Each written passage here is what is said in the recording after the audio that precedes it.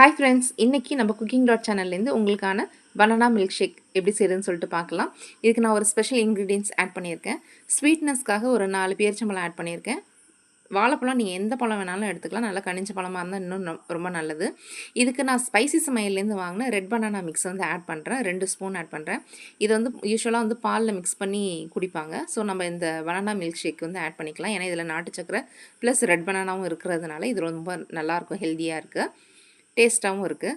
இதோட நல்லா சில்லுன்னு இருக்கிற ஒரு கிளாஸ் பால் வந்து ஊற்றிக்கிறேன். இதை நல்லா மிக்ஸி ஜாரில் போட்டு ஃபைன் பேஸ்ட்டாக அரைச்சிக்கலாம் நம்ம. இப்போ பாருங்கள், நல்லா ஃபைன் பேஸ்ட்டாக அரைச்சாச்சு. இப்போ நான் வந்து பாதாம் வந்து கொஞ்சம் கட் பண்ணி வச்சுருக்கேன். ஸோ இதை வந்து போட்டு நம்ம வந்து ஜஸ்ட் ஒரு பல்ஸ் மோடில் வந்து போட்டு எடுத்தால் போதும். ஏன்னா அப்போ தான் நமக்கு வந்து குடிக்கும்போது நட்ஸ் வந்து கொஞ்சம் நல்லா க்ரன்ச்சியாகவும் இருக்கும். ஸோ நம்மளோட பனானா மில்க் ஷேக் ரெடி ஆகிடுச்சு. அதுவும் இந்த ரெட் பனானா வந்து